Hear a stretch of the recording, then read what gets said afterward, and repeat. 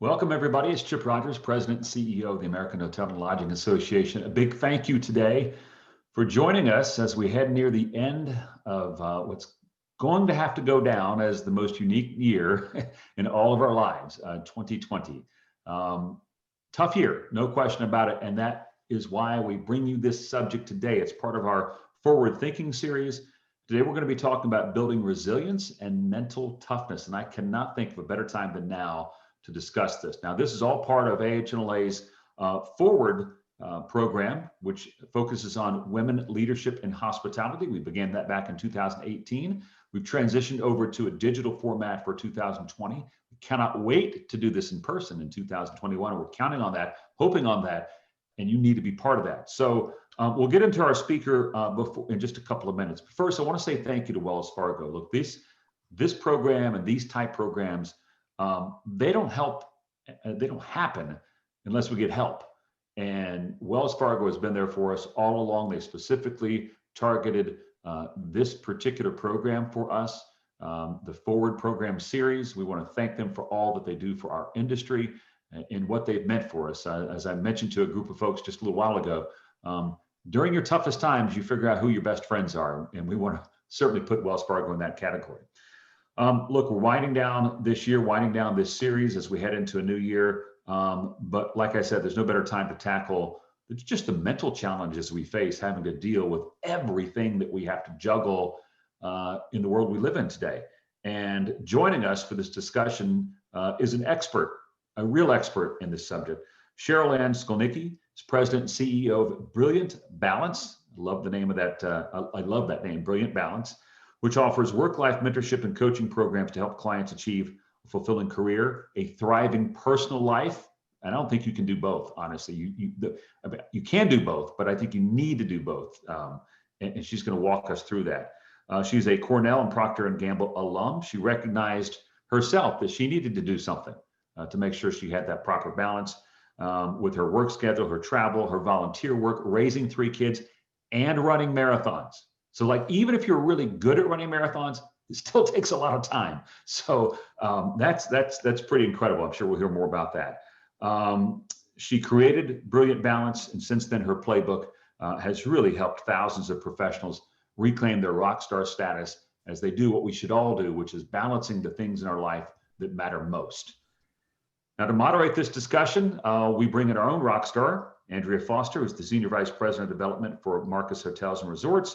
She's also the AHLA Forward Committee Chair, and she does a wonderful job on these programs. So Andrea and Cheryl Ann, it's all yours. Thank you very much, Chip, for the thoughtful introduction and your ongoing support. Cheryl Ann, hello. It is great to be back connected with you. And I think we've lost my video here for a second, but it'll come back on again. But this is like a little hotel-y reunion from our Cornell classmate days. It is. It's really fun to see you again. You as well. Okay, here we are. I'm back. It's temporary. Yes, absolutely. No problem. Thank you so much as well for gifting your time to us today, to AHLA and to Forward. So let's kick off. You are a coach to high-performing professionals across a number of industries. And as Chip said, we are experiencing a time like no other in our lifetime. Yeah. So what has been the biggest challenge that you see people facing this year? Well, I think this year, and I heard Chip say it, has been like none other. And really and truly, it's the level of uncertainty across so many different aspects of our lives.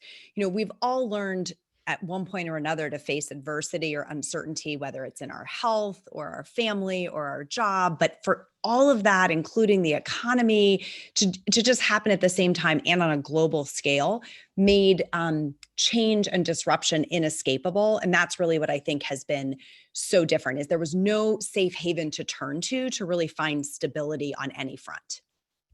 Absolutely. Absolutely.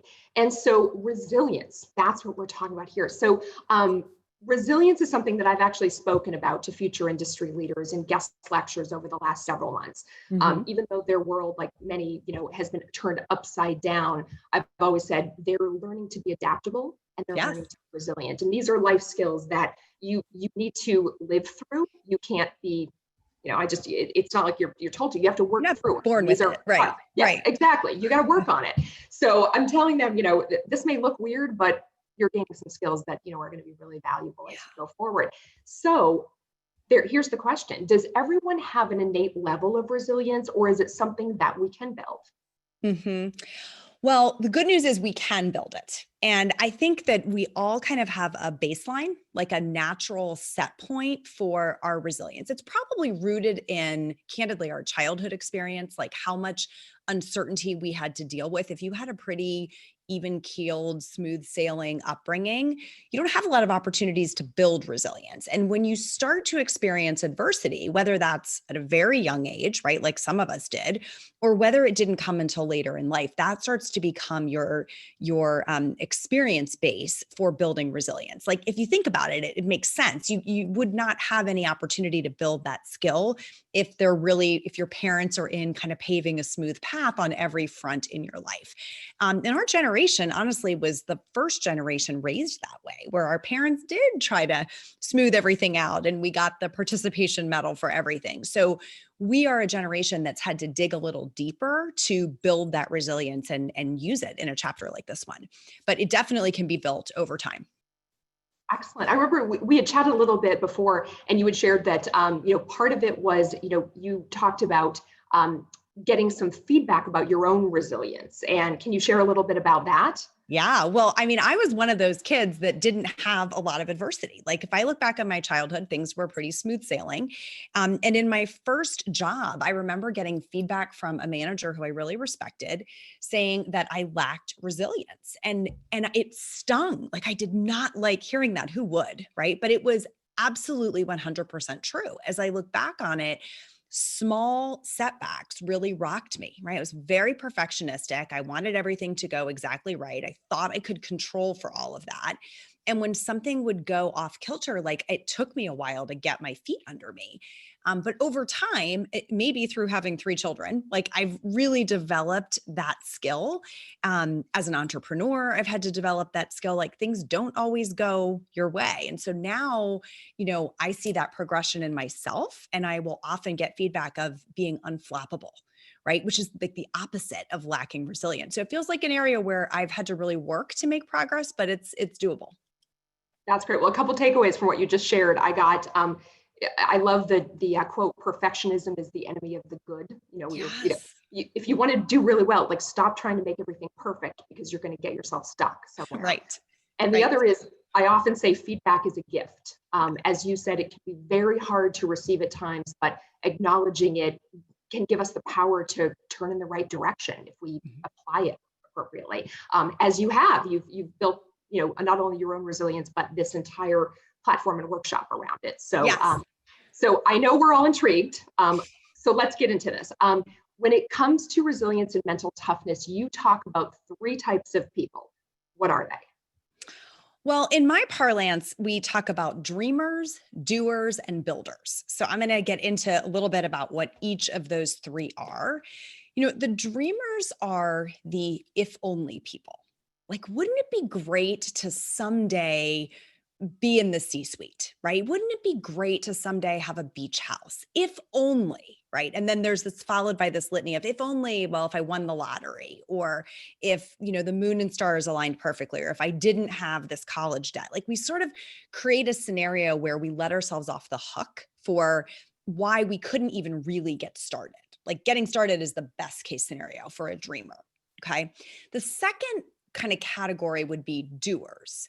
And doers are the people who can get started and they will commit to success as long as things go a certain way, right? There's like an asterisk or a caveat on their willingness to commit. And so it becomes like, well, I am going to do that as long as XYZ doesn't happen, right? And you can fill in the blank in your own mind, I'm sure some of you listening today, with what is your as long as? What is your asterisk that sometimes you use to let yourself off the hook? Like great example would be people who say, I'm going to be really committed to my health, right? But then December comes along and it's like, wow, there's all those cookies around and I didn't really have time to exercise. And I'm committed as long as it's not December, right?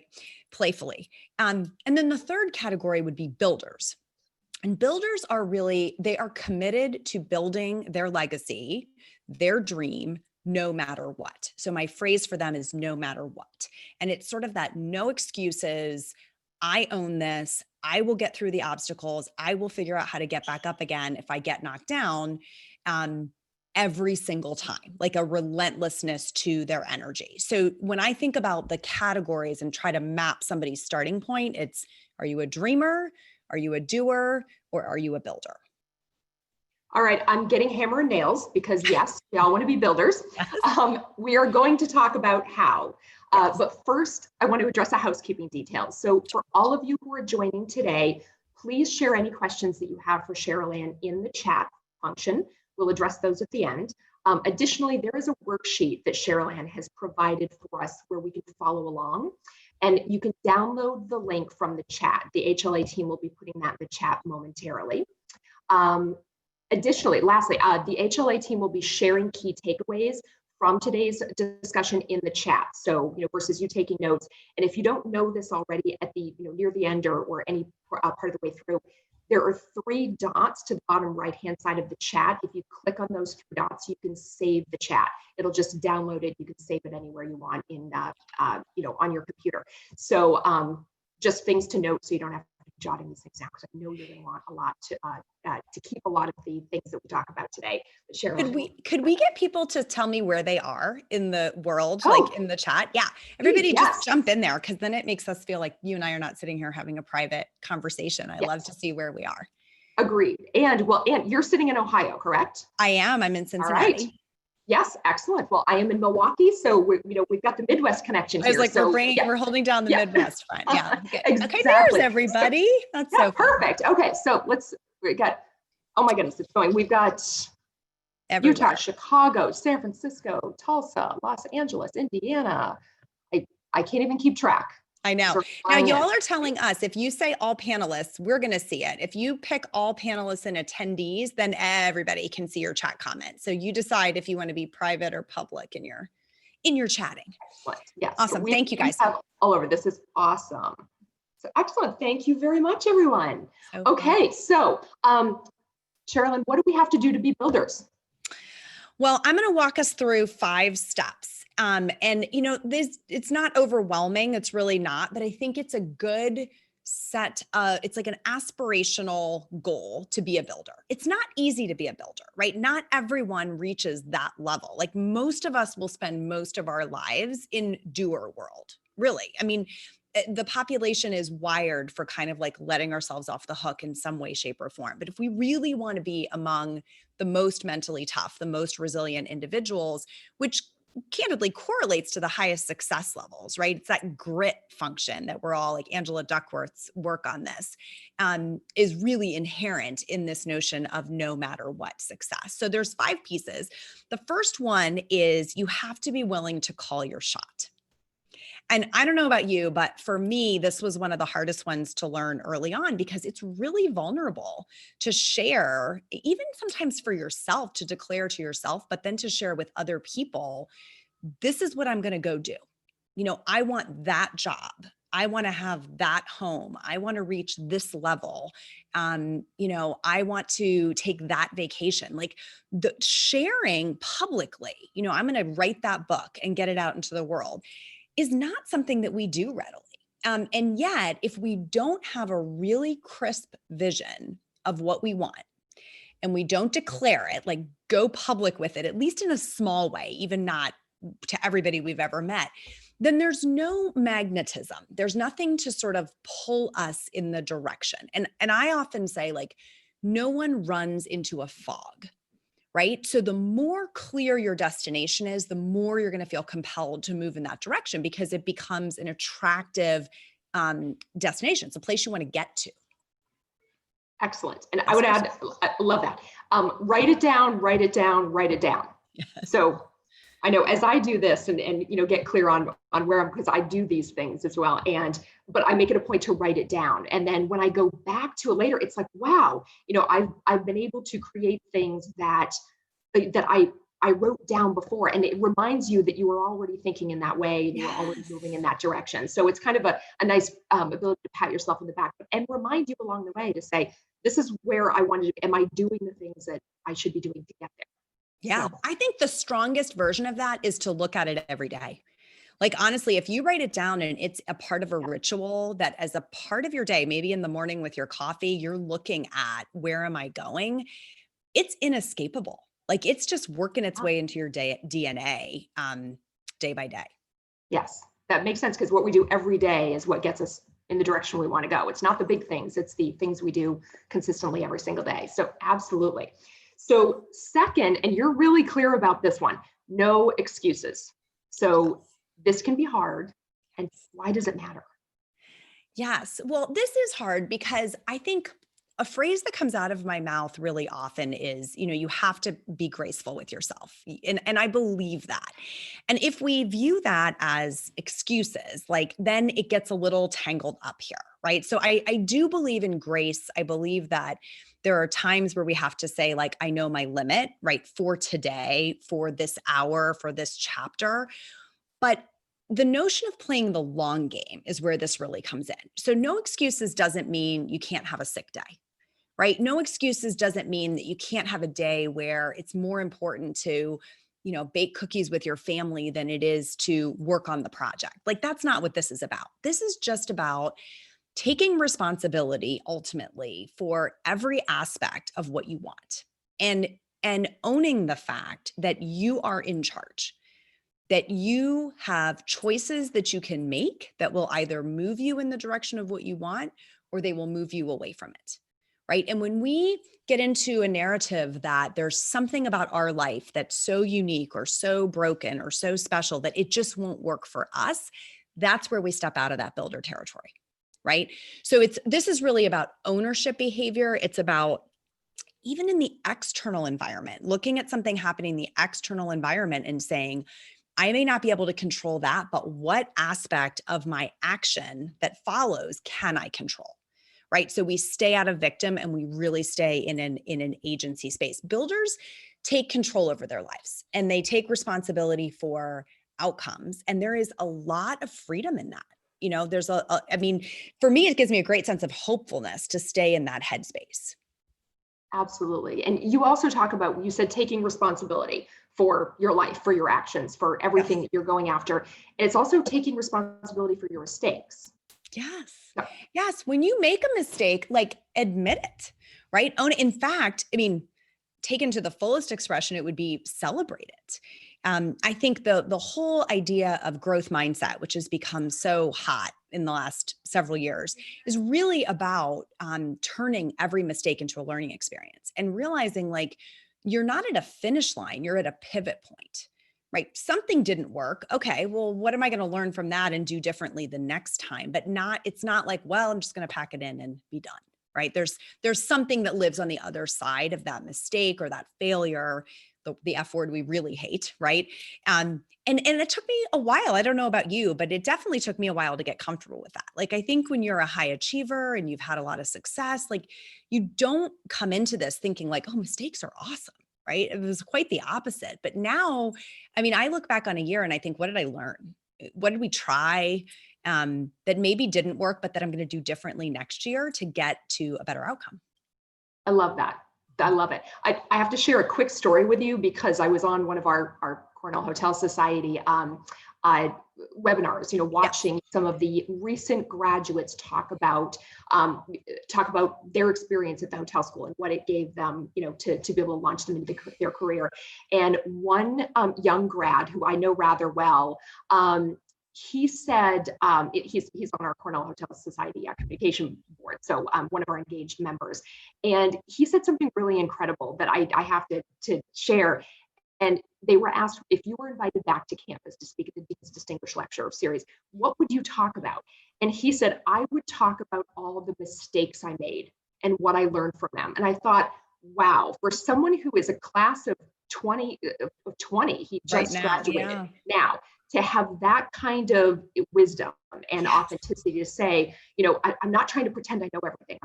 What I'm saying is these are all the ways I messed up. This is how I learned. And this is how, I pivoted and made the best from it. And I thought, wow. I mean, I was not that evolved at 20. I definitely was not. No, I agree. Yeah. No. So I give such credit to him on that. So That's great. So really, I love it. So to recap, the key difference between builders and all is taking that responsibility. I love that. So, okay, what comes next? So the third piece is no shortcuts. And, my team, I have a team of 8 at Brilliant Balance, and they know this about me, that I really detest platitudes, right? Like sort of like, I hate the word tips and tricks, because to me, it implies that there's some kind of shortcut. There's some kind of like substitute for the work, right? And that you're just going to like slip around the corner and it's all going to be easy. So I think that what builders really anchor into is the idea that there are no tips and tricks, that there is in fact a pathway of work. No one's coming in to do it for you. There's no like white knight, Oprah's not going to call and like make this all easy, but that you have to create your own momentum, that there's a sense of like, I did it today. That does not guarantee me tomorrow. What am I going to come in and do tomorrow? Right. And again, I'm going to caveat this with, that does not mean not having days of rest, right? It doesn't mean not being able to take your evening to do something other than work. Like my company's called Brilliant Balance for a reason here. But this notion of one day's success does not guarantee the next, and there are no laurels to rest on, and we do not have shortcuts. And Tim Grover wrote a book that talks about similar territory on mental toughness. And he was Michael Jordan's personal trainer. And he says after every game, he used to ask Michael Jordan 5, 6, or 7. And what that meant was, what time are we going to the gym tomorrow? Are we 5 a.m., 6 a.m., or 7 a.m.? And he would give him a time, and that was it. Like, so when you think about somebody playing the game at that level, right, who would still, after every game, win or lose, acknowledge that early morning practice, like that's that notion of there's no shortcut, right? It's the persistence toward the goal that really builds that resilience and that toughness. Excellence is a result of doing the work. Yeah, Absolutely. Love it. Well, I have to ask, what time were you up this morning? Was it 5, 6, or 7? Good question. 5:15. Okay, very nice. You did beat me, even with the East Coast or rather East Coast time zone and Central time zone and all that. So you beat me by a little bit. So well, I am an early bird, but you don't have to be. But I am an early bird. Yes. All right. Very nice. Excellent. Well, all right. So the next one is kind of counterintuitive. You say we have to create pressure. Why is that? So this is counterintuitive, right? You would think like, well, let's make it easier and then we'll get there. Well, the very notion of resilience is the ability to like press back. And to press back on something, you have to have like, there has to be resistance to your effort. So if you do the same thing over and over again every day and you've mastered it and you're kind of doing it on autopilot, like you could go through your day with your eyes closed, right? Even if it's hard, like even if your day is, I'm going to work out and I'm going to, do this marathon work session, I'm going to be super creative and do my personal development, all the things. Still, once you've kind of mastered it, there's no growth that's coming from doing it over and over again. So pressure is what gives you that opportunity to grow. And the classic example here is weight training, where you think about, in order to grow a muscle, it has to be strained and tested. If we never put that muscle under tension for any length of time, it just sort of atrophies, right? Or at best, it stays the way it is. It's going to grow if we're putting it under pressure and testing it. Sometimes that hurts. Sometimes that's not super fun, but it is really how we grow. And the other maybe word picture that works here is an airplane. Like an airplane doesn't get liftoff unless it has the resistance of the air pressure underneath. So it's this notion of force, right? Some kind of opposing force coming against you. If you can get into the habit of looking for that, going out and like actively looking for where are we going to embrace that pressure and go intentionally look for disruptive opportunities, like that's where we know we're going to grow, right? And it propels us just naturally to the next level. Absolutely. Well, there seems like there's no other time than right now that we're in putting pressure on ourselves. So Yes. in every different way. So I know you're a mother of Yes. 3. And so I'm sure you're seeing pressure that I, as a non-parent, is seeing, in everything, in every way. Yes. Yeah, different. I mean, I think for those of us who have kids, we're seeing what it looks like for our kids to learn new ways of doing things. They're obviously underfoot, right? Doing like they all just ran into the house right now while we're in the middle of this. So there's this notion of our worlds being compressed is definitely creating pressure. Our work teams and our home teams are like co-located. The noise level is higher than ever, right? And it's like, that is a new level of pressure, but look at what we've all done this year. Like if somebody would have told you last December that you would have walked through a year like this, could any of you have imagined that you'd still be standing? Like, I think we owe ourselves like massive collective round of applause as we wrap up 2020 for just what we've learned and grown through this year, for sure.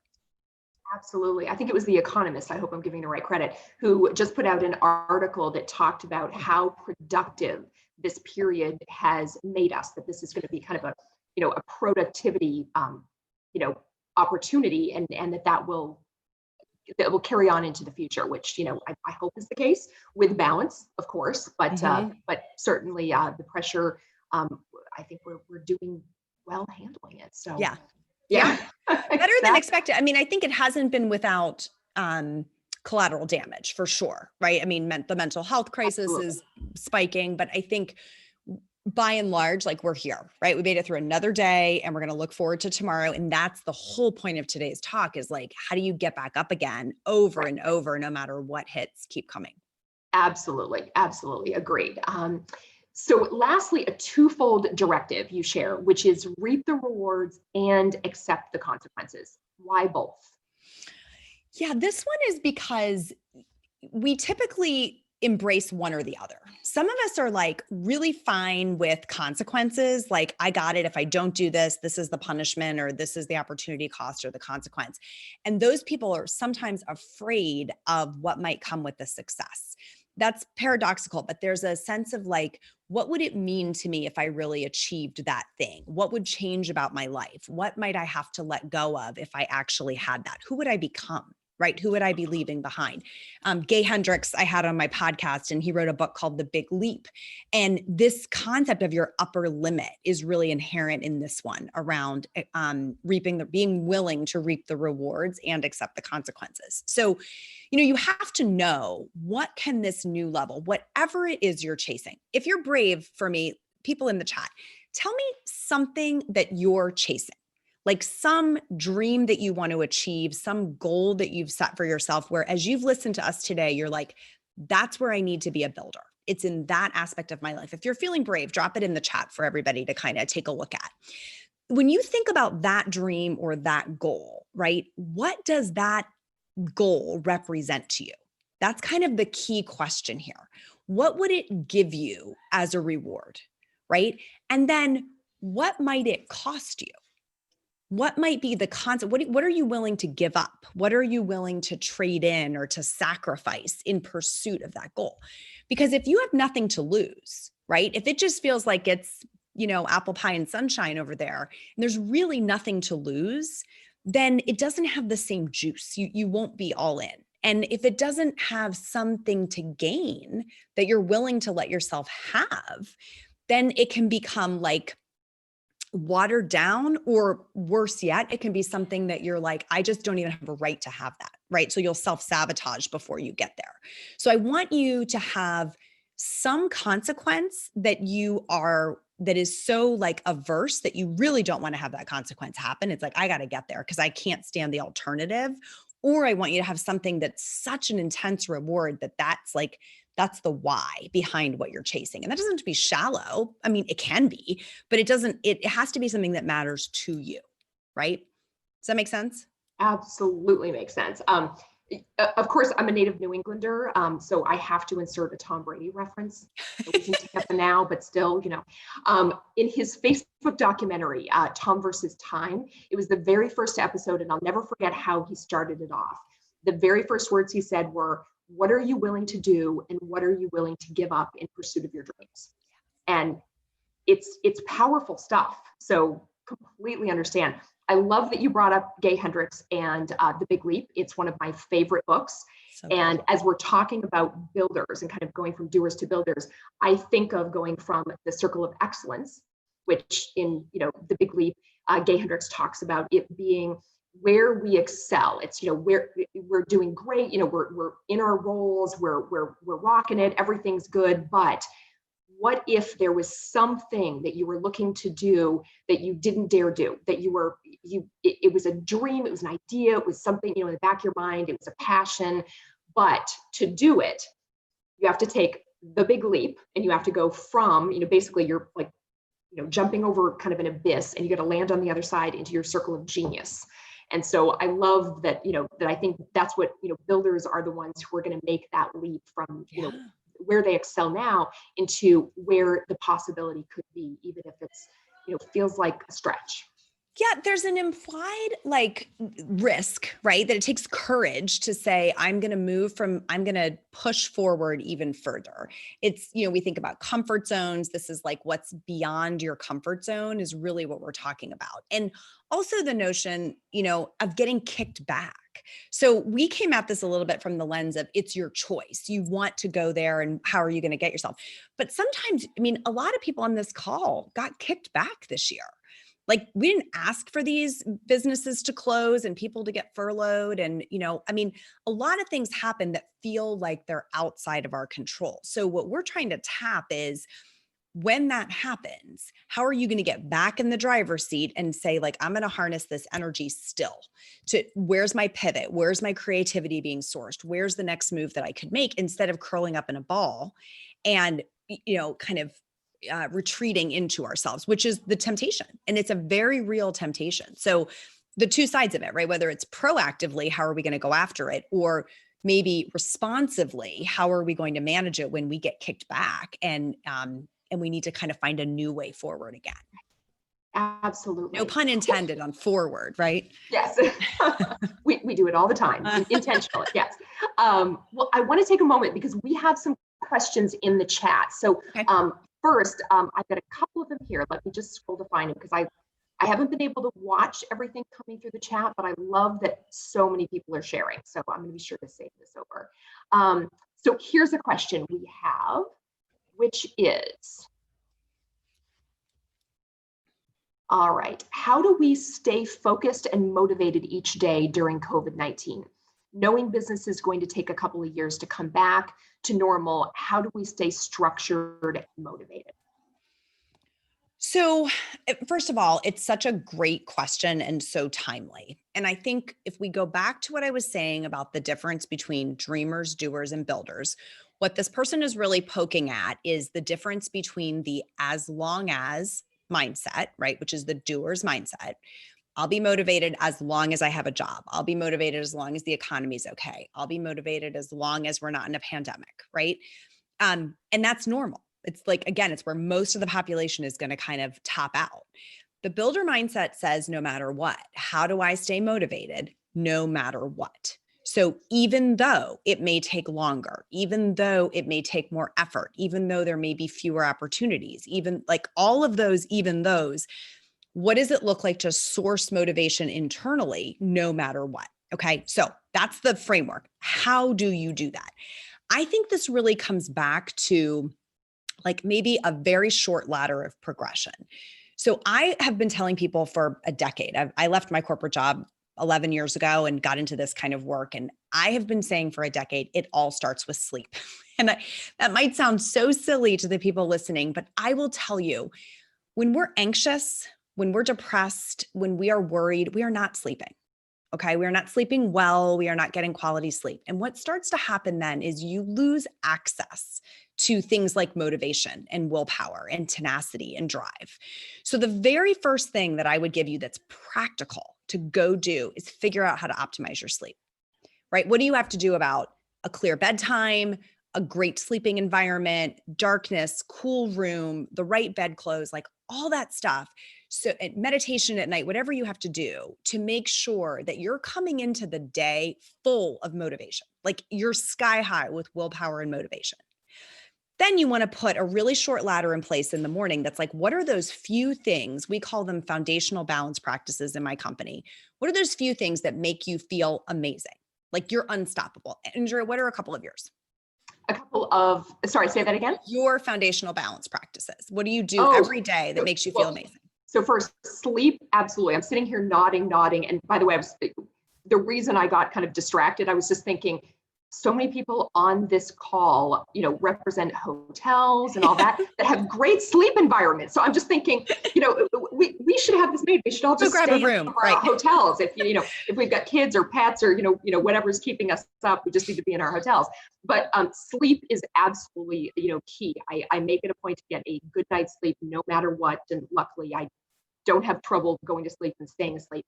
And then working out. I mean, I actually found that when I got into a regular, daily, even though that got a little off during COVID, but, basically daily practice, it actually made my sleep better. It made me more awake. And like I'm not a natural morning person, but I've become a morning person to get up and work out in the morning. So when I do that, my day is so much clearer. So it's eating well, it's all the basic fundamental things that, when we're busy and when we're distracted and when we're frustrated and when we're, we don't in do. a certain period, we don't do. I mean, it's the basic. And things that we don't interestingly, do.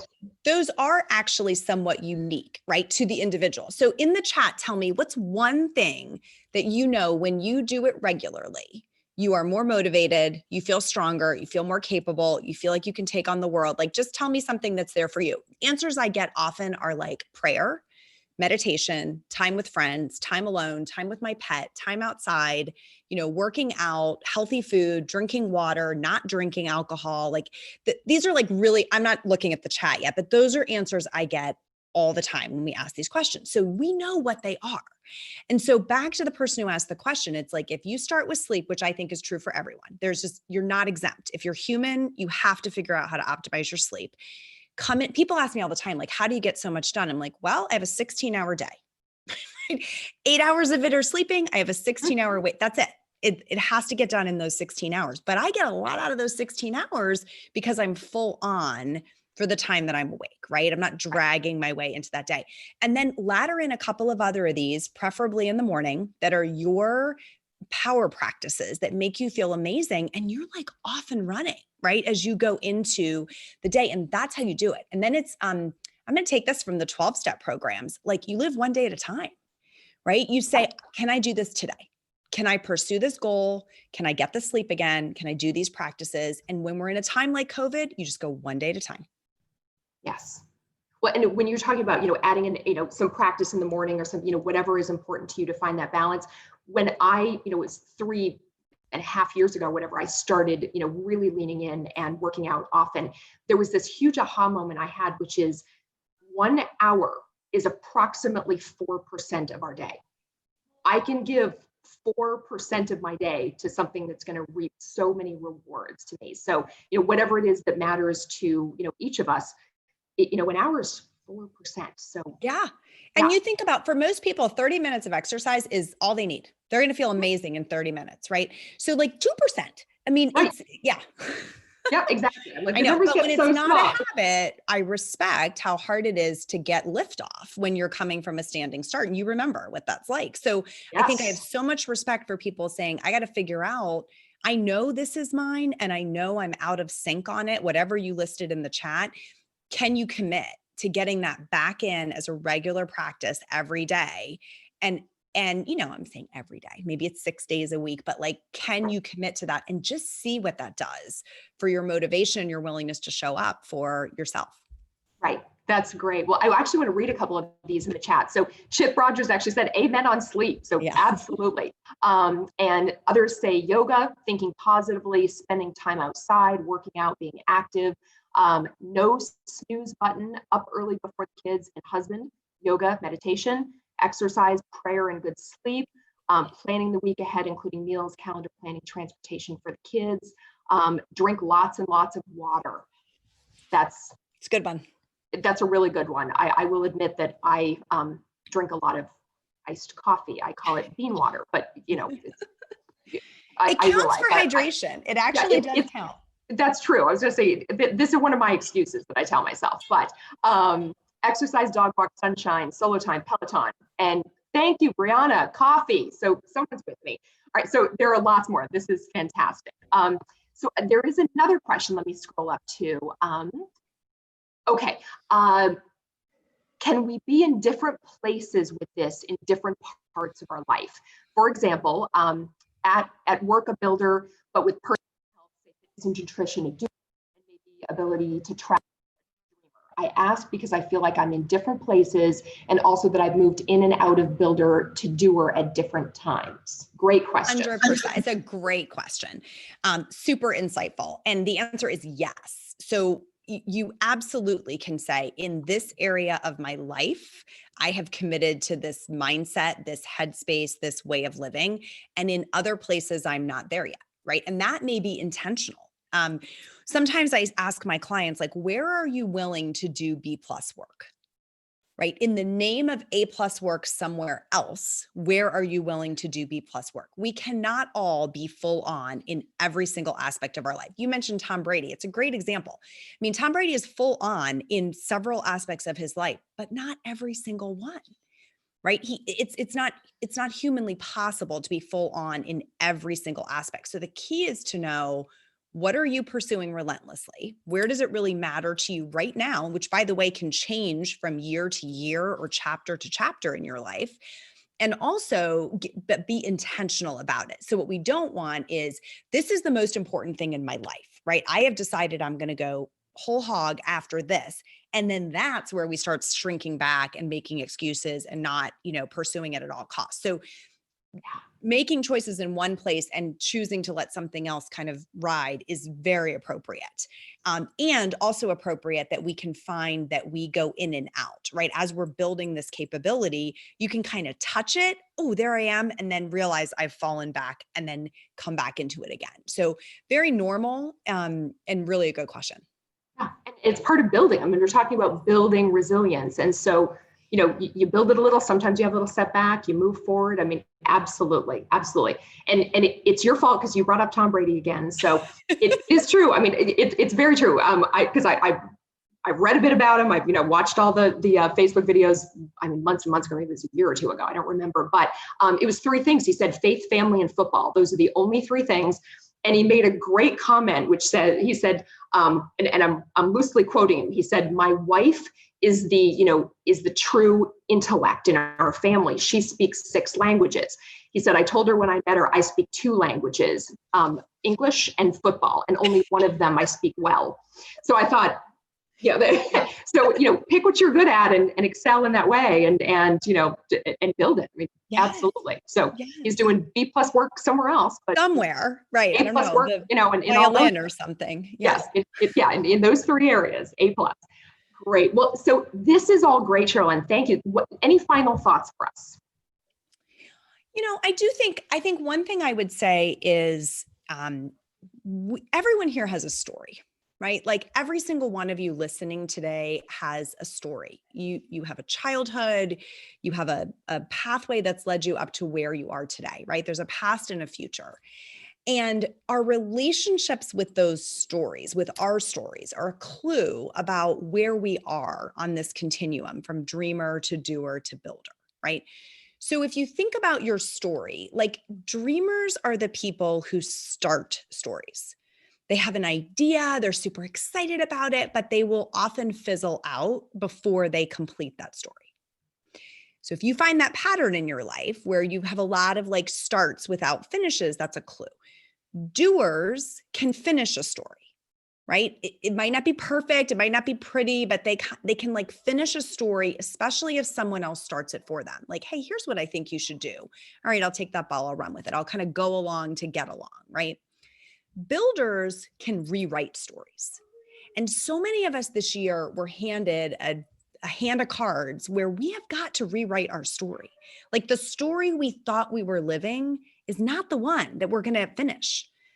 There's a plot twist that happened this year that was not expected. I don't know if any of you can relate to that in the chat, but when you feel like you got handed a plot twist, you have to remember, I want you to remember, you are still the author of your story. And so your willingness to kind of adopt these builder principles that's your ability to rewrite the ending of your story in a way that feels exactly right for you. To be truly resilient, that's what you have to be able to do, is keep that pen writing over and over again, if necessary, until you get the outcome that you really want. Excellent. I love that. I love that. I wanted to check and see if there's any more questions popped up here in the chat. We can do a wrap up here. And okay, I haven't seen any more come through. Okay, I see no additional questions. Okay, great. Thank you everyone for engaging. I really, really appreciate it. I do want to recap. So what we've learned today is to be builders, we must be willing to call our shot. So that was, what do we want? Number 2 was no excuses. Number 3, no shortcuts. Number 4 was create pressure. And number 4 was the dual reap the rewards and accept the consequences. And lastly, keep rewriting our story. All right, how did I do? You did great. Okay, good. I want to make sure we're all paying attention and we got everything we needed. So super well. Sherilyn, thank you so much for spending time with us today. Your strategies to build and maintain mental toughness are exactly what we need here in 2021, or as we head rather into 2021, to not only help us survive, but to thrive.